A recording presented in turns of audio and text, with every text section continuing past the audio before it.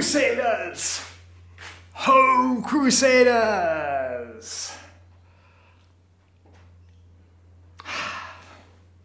My, what a young audience you are tonight. Young and impressionable. That's what we like. Not like, well, you know, I can see over the back there, I can see a couple of those crusty old boomers. We don't want them. They probably got in on free tickets. That's what they're like. Want something for nothing. And isn't that the problem? You know, wanting too much, wanting to consume too many goods, leading to too many factories, leading to too many chimneys pouring out the pollution.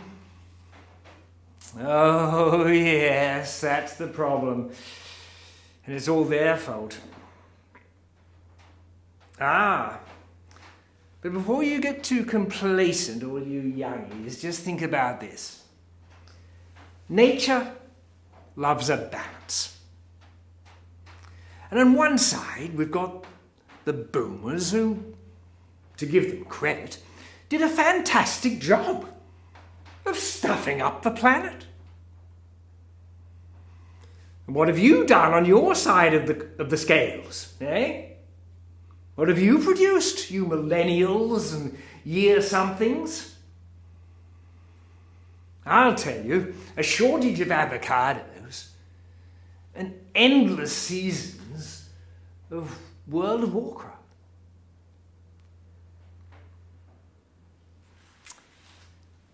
Well, let me introduce myself. Now, my drama teacher, Miss Haig, she says that I'm not very good at exposition.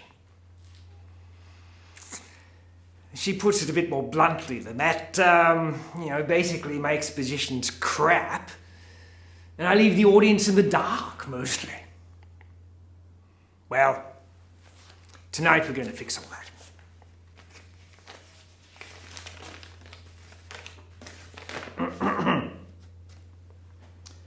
My name, good evening.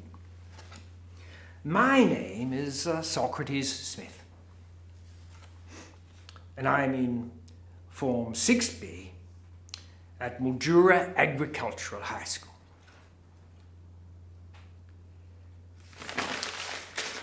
You know the problem, don't you? We've buggered it up. The planet's stuffed. Global warming,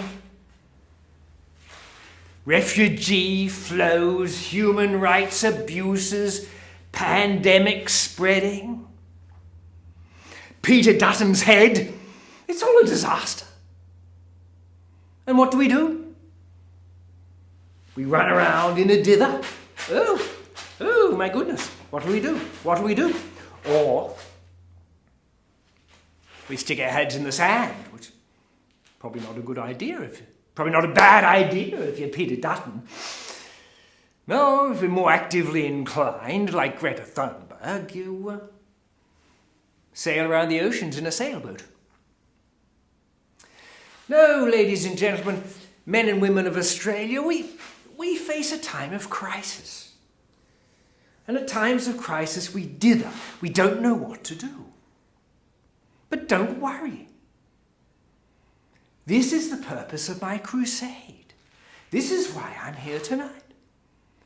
I have for you, tonight, a wonderful, splendid, elegant, yet simple idea. Oh, you're probably wondering how I can be in Form 6B, which, for you youngies, it's Year 12. I mean, I saw a bloke over there nudging his girlfriend and said, oh, that old cootie can't be in Form 6. He's too young. It's true.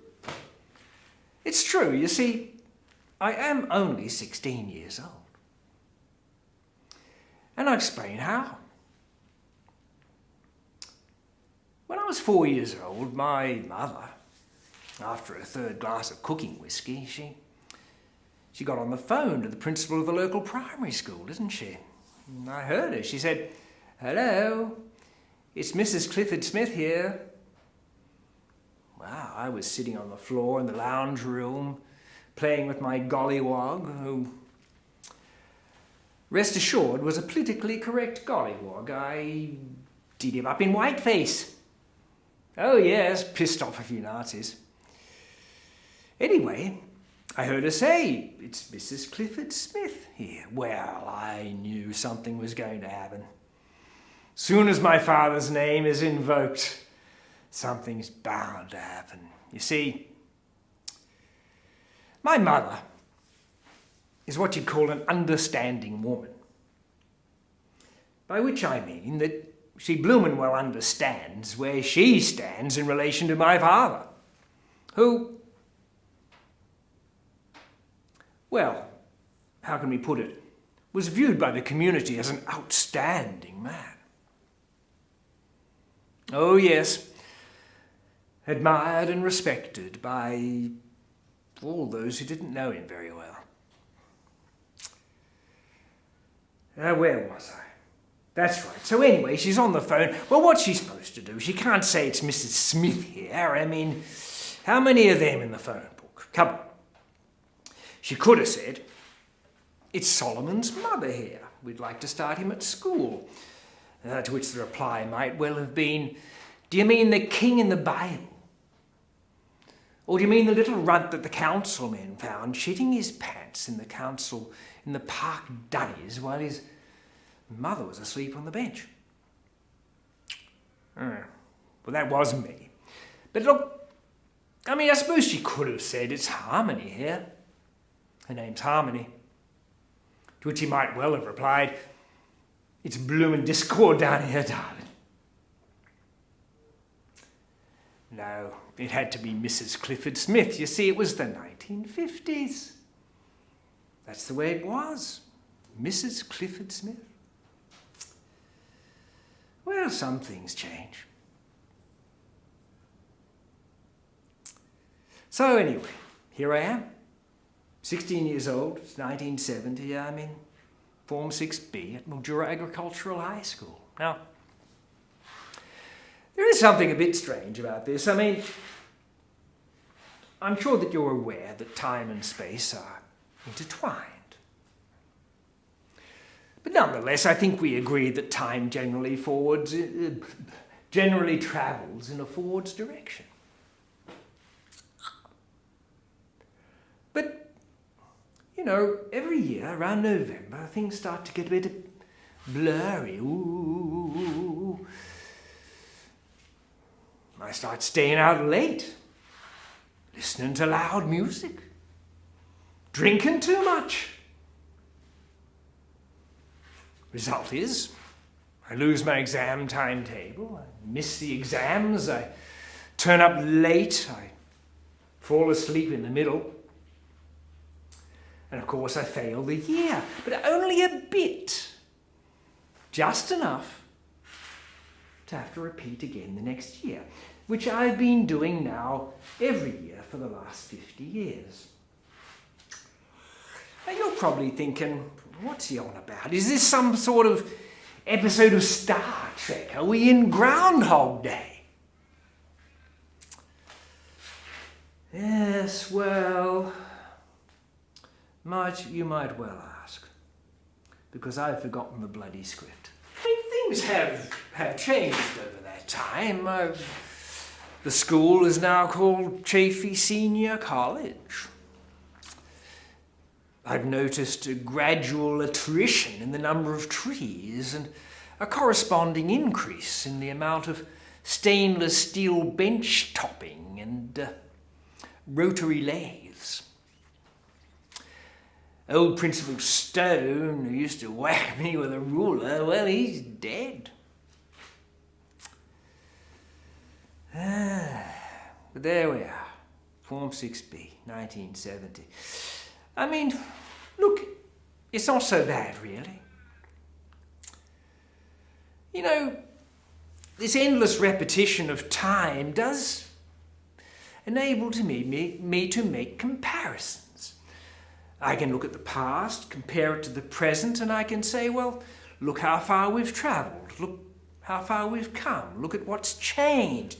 Look at how far we've moved on. Haven't we, people? Well, no, you see, here is where we're edging closer and closer to my idea.